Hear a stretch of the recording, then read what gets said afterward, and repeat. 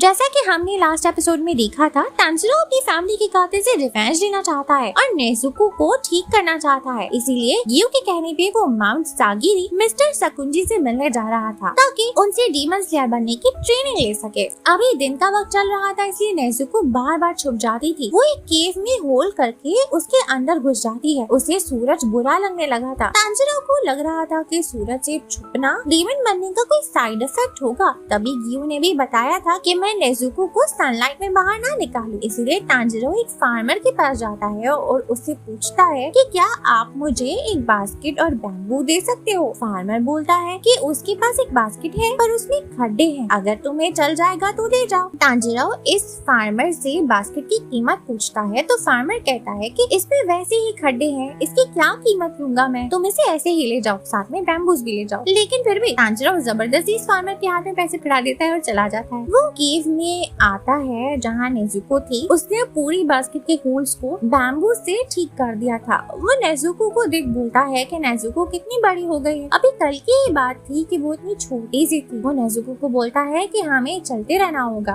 वो नेजुको को इस बास्केट में आने कहता है ताकि नेजुको को दिन के वक्त ही सेफ रख पाए। लेकिन नेजुको इस बास्केट में फिट नहीं आ रही थी। वो इस बास्केट की साइज से थोड़ी ज्यादा बड़ी थी। तांजिरो उसे कहता है कि जैसे तुम कल अपनी साइज से बड़ी हो गई थी, क्या तुम वैसे ही थोड़ी छोटी नहीं हो सकती। नेजुको कोशिश करती है और वो अपना साइज छोटा करने में कामयाब होकर इस बास्केट के अंदर समा जाती है। तांजिरो इस बास्केट को अब चादर से कवर करके उस बास्केट को बैग की तरह पहन लेता है। अब उसे साकुंजी से मिलने सागिरी माउंटेन जाना था, इसलिए कोई औरत से सागिरी माउंटेन का रास्ता पूछता है जहाँ मिस्टर साकुंजी रहते हैं। ये औरत उसे रोड तक ले जाती है और बताती है कि इसे पार करके तुम सागिरी माउंटेन तक पहुँच जाओगे, लेकिन अभी रात होने वाली है और इस रास्ते से लोग अक्सर गायब हो जाते हैं, संभल कर जाना, गायब मत हो जाना। पर फिर भी तांजिरो ये वार्निंग सुन रुकता नहीं है, चलते रहता है। तांजिरो ऑलमोस्ट सागिरी माउंटेन तक पहुंच गया था और अब रात हो गई थी, इसलिए नेजुको भी बास्केट से बाहर आकर तांजिरो के साथ चलने लगती है। इन्हें यहाँ एक मंदिर दिखाई देता है जिसमें लाइट जल रही थी, पर फिर तांजिरो को खून की स्मेल आती है। वो समझ आता है कि यहाँ कुछ गलत हो रहा है। वो और नेजुको भागते हुए टेम्पल के अंदर जाते हैं। वो देखते हैं कि वहाँ एक आदमी कुछ लोगों को मार कर उन्हें खा रहा था, यानी कि वो डेमन है। तांजिरो डर जाता है और नेजुको उन खून में लिपटी लाशों को देख कंफ्यूज हो जाती है। उसके मुंह से भी लार टपकने लगती है क्योंकि आखिर वो भी एक डेमन है, पर उसने फिर भी खुद को कंट्रोल कर रखा था। ये डेमन अब अलर्ट कर इन दोनों से कहता है कि मेरी जगह है, अगर यहाँ आने की कोशिश की तो पछताओगे। डेमन जब तांजिरो को देखता है तो समझ आता है कि वो इंसान है। वो तांजिरो पे अटैक करता है, जोर से पंच मारता है और तांजिरो टेम्पल के बाहर गिर जाता है। तांजिरो खुद को बचाने के लिए अपनी कुल्हाड़ी से इस डेमन की गर्दन पे हमला करता है। डेमन कहता है कि अरे क्या बात है, तुम एक कुल्हाड़ी से हमला करोगे, लेकिन इतनी सी खरोच से मुझे कुछ नहीं होगा, ये तो कुछ ही पल में ठीक हो जाएगा। और ऐसा ही होता है। इस डेमन का खून टपकना बंद हो जाता है और उसके जख्म भी भर जाते हैं। वो तांजिरो से कहता है कि देखो मैंने कहा था ना मेरे जख्म जल्दी भर जाएंगे। तांजिरो खड़े होने ही वाला था और इस डेमन पे फिर से हमला करता है, लेकिन ये डेमन तेजी से तांजिरो के ऊपर चढ़ के उसके गले को दबाने लगता है। तांजिरो सोचता है कि इस डेमन की स्पीड तो बहुत ज्यादा तेज है और ये स्ट्रॉन्ग भी बहुत है। तांजिरो उसका मुकाबला कर ही नहीं सकता था। ये डेमन तांजिरो को मारने ही वाला था और नेजुको अभी मंदिर के गेट पे खड़ी उन इंसानों की लाशों को देख रही थी। तभी शायद उसे रियलाइज होता है कि उसके भाई को कोई नुकसान पहुंचा रहा है, इसलिए वो भागते हुए तांजिरो के पास आती है और इस डेमन के सर पे जोर से किक मारती है। कि कितना जोरदार था कि डेमन का सर अपनी बॉडी से अलग हो जाता है। तांजिरो के ऊपर जो उस डेमन की बॉडी थी वो भी गिर जाती है। तांजिरो सोचता है कि नेजुको ने आज किसी का मर्डर कर दिया, लगता है आखिर उसे हो क्या गया है, लेकिन तसल्ली थी क्योंकि वो बंदा एक डेमन था। अब ये डेमन की बॉडी चलने लगती है और फिर से तांजिरो के करीब आ रही थी। नेजुको फिर से उस बॉडी पे किक मारती है। डेमन की बॉडी फिर से अगर नेजुको पर हमला करती है। नेजुको उसका सामना करने की कोशिश कर रही थी, पर अब उस डेमन की बॉडी नेजुको पे भारी पड़ रही थी, इसलिए नेजुको भागने लगती है और ये डेमन बॉडी भी उसके पीछे पीछे भागती है। तांजिरो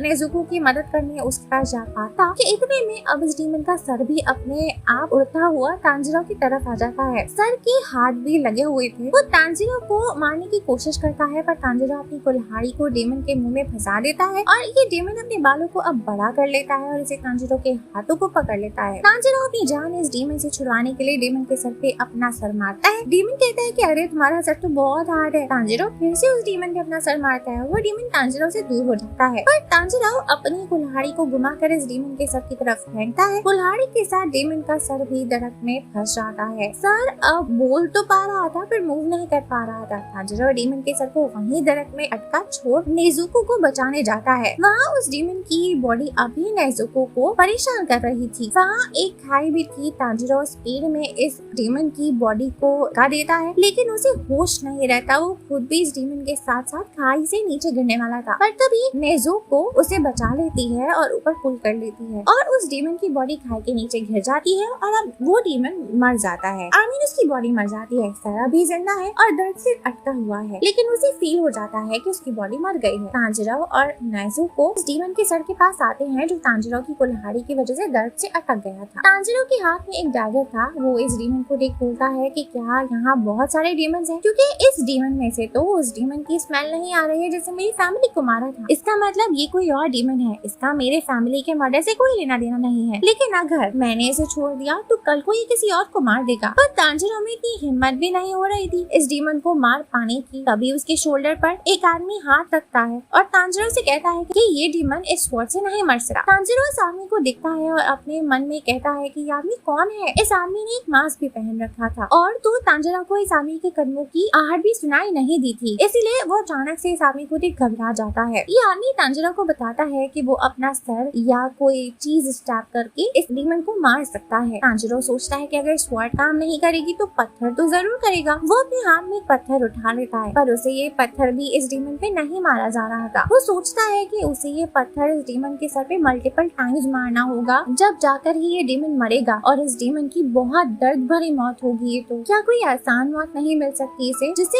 एक ही बारी में ये डीमन का काम तमाम हो जाए। ये देख मास्क वाला आदमी अपने मन में सोचता है कि तांजीरो के अंदर कुछ ज्यादा ही सिंपैथी है। वो डीमन स्लेयर बनना चाहता है और एक डीमन पे दया दिखा रहा है। वो गिव का नाम लेते हुए बोलता है कि उसे नहीं लगता तांजीरो कुछ कर पाएगा। इतने में अब सूरज निकलने लगता है। तांजीरो सोचता है कि अरे मैंने इतना टाइम वेस्ट कर दिया कि अब सुबह होने वाली है। पर अब जैसे ही सनलाइट डीमन के सर पे पड़ती है, वो डीमन का सर पूरी तरह से जल जाता है और ऐसे गायब हो जाता है मानो वो था ही नहीं कभी। तांजीरो सोचता है कि सनलाइट से तो डीमन एक झटके में ही मर गया। उसे रियलाइज होता है कि सनलाइट पड़ते ही कोई भी डीमन मर जाएगा। उसे अब समझ आ गया था कि नेजुको क्यों सूरज में बाहर नहीं निकलती है। वो डर जाता है और सोचता है कि अब नेजुको का क्या हुआ होगा। नेजुको कहीं नहीं थी। उसे लगता है कि वो टेंपल में होगी। वो इस मंदिर की तरफ भागता है। थैंकफुली नेजुको वहाँ तांजीरो की बनी बास्केट के अंदर घुस छुप गई थी और उसने चादर से भी अपने सर को कवर कर लिया था ताकि सनलाइट उसे ना लग जाए। तांजीरो को याद आता है कि यहाँ एक अंकल भी था जिसने तांजीरो को बताया था डीमन स्वॉर्ड से नहीं मरेगा। तांजीरो जब मंदिर से बाहर निकलता है तो वो देखता है कि मास्क वाले आदमी ने उन सारे विक्टिम्स की लाशों को दफना दिया था जिन्हें उस डीमन ने मारा था। तांजीरो इस मास्क वाले आदमी से बात करने की कोशिश करता है। ये आदमी बताता है कि मेरा नाम साकुंजी है, तुम वही हो ना जिसे गियो ने मेरी तरफ भेजा है। तांजीरो यहाँ साकुंजी को अपना इंट्रोडक्शन देता है और बताता है कि मेरा नाम तांजीरो है और मेरी बहन का नाम नेजुको है। और वो एक तांजीरो आगे कुछ बोलता, साकुंजी उसे सवाल कर देता है कि अगर तुम्हारी बहन ने किसी दिन इंसानों को खाना शुरू कर दिया तब तुम क्या करोगे। तांजीरो इस सवाल से हैरान हो जाता है। उसे समझ नहीं आता कि जवाब क्या दूं। इतने में साकुंजी उसकी तरफ बढ़ता है और उसे थप्पड़ लगा देता है। वो कहता है कि तुम मुश्किल फैसले लेने में बहुत स्लो हो। मैंने देखा था तुम उस डीमन को भी सुबह होने से पहले नहीं मार पाए। क्या तुम्हें पता है तुम मेरे इतने सिंपल सी सवाल का जवाब क्यों नहीं दे पा रहे। साकुंजी बताता है कि अगर तुम्हारी बहन ने किसी दिन इंसान को खाना शुरू कर दिया तो तुम्हारे पास सिर्फ दो ही चीजें हैं जो तुम कर सकते हो। तुम उसे या तो मार सकते हो और दूसरा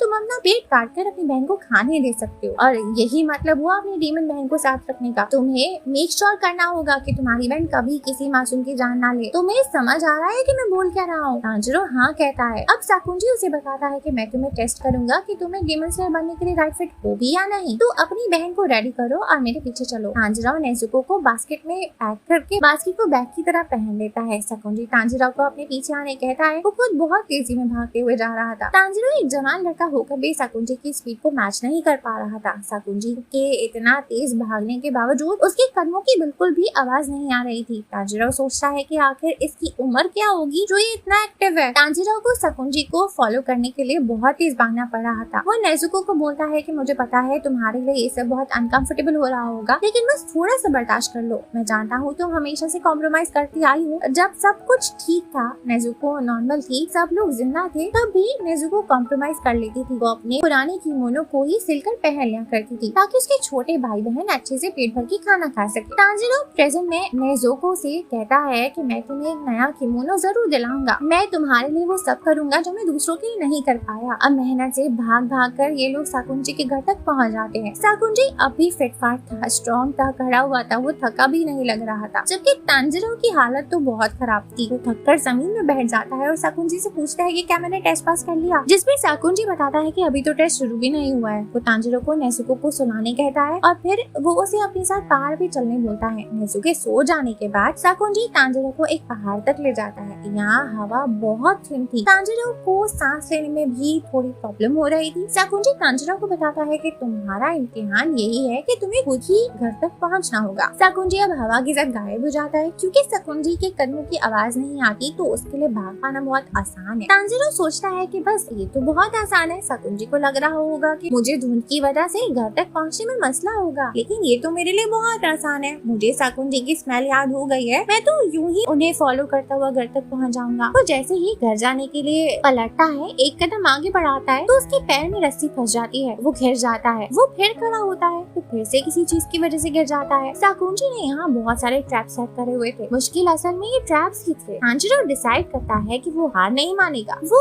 बहुत बार गिरता है पर उसने सोच लिया था कि वो डीमन स्लेयर बनकर ही रहेगा और इस टेस्ट को पार करके ही रहेगा। तो वो अब इन ट्रैप्स के आने से पहले ही पहचान लेता था कि ट्रैप आने वाला है और उसे डॉज कर देता था। ये ट्रैप साकुंजी ने ही सेट करे थे और उसकी स्मेल इन ट्रैप्स में भी आ रही थी। वो इसी स्मेल की मदद से ट्रैप्स के आने से पहले ही उनका पता लगा लेता था और इन सब के बावजूद भी उसके लिए ये सब आसान नहीं था। जब तक साकुंजी को दिखाते हैं जो घर पे नेजुको की कैद कर रहा था, उसे ब्लैंकेट उड़ा रहा था और इतनी देर में दरवाजे में तांजिरो आ जाता है। वो जख्मी था पर पूछता है कि क्या मैंने टेस्ट पास कर लिया। साकुंजी को फ्लैशबैक आता है जिसमें तांजिरो के यहाँ आने से पहले उसके एक रो के जरिए लेटर मिला था। इस लेटर में गियू ने साकुंजी से रिक्वेस्ट की थी कि वो तांजिरो को डीमन स्लेयर बनने के लिए ट्रेन करे। उसने लेटर में नेजुको के बारे में भी सब कुछ बताया था। साकुंजी ऐसा लगता है जैसे गियू से मिलना चाहता था पर गियू उन्हें अपनी शक्ल नहीं दिखाना चाहता था, इसीलिए लेटर किरो के साथ भिजवाया, वरना वो खुद भी आ सकता था। इन दोनों का कोई मसला जरूर है जो हमें बाद में पता चलेगा। अभी के लिए एपिसोड के आखिर में साकुंजी तांजिरो से कहता है कि मैं तुम्हें अपना स्टूडेंट एक्सेप्ट करता हूँ। दैट्स इट गाइस, ये एनिमे मुझे तो बहुत पसंद है। आप लोगों को भी अगर ये पसंद आ रही है तो मुझे जरूर बताना कि नेक्स्ट पार्ट चाहिए या नहीं। आप लोगों की मोटिवेशन ही है जिससे हमें काम करने की हिम्मत मिलती है। सो वीडियो को लाइक, चैनल को सब्सक्राइब करना मत भूलना। Good bye.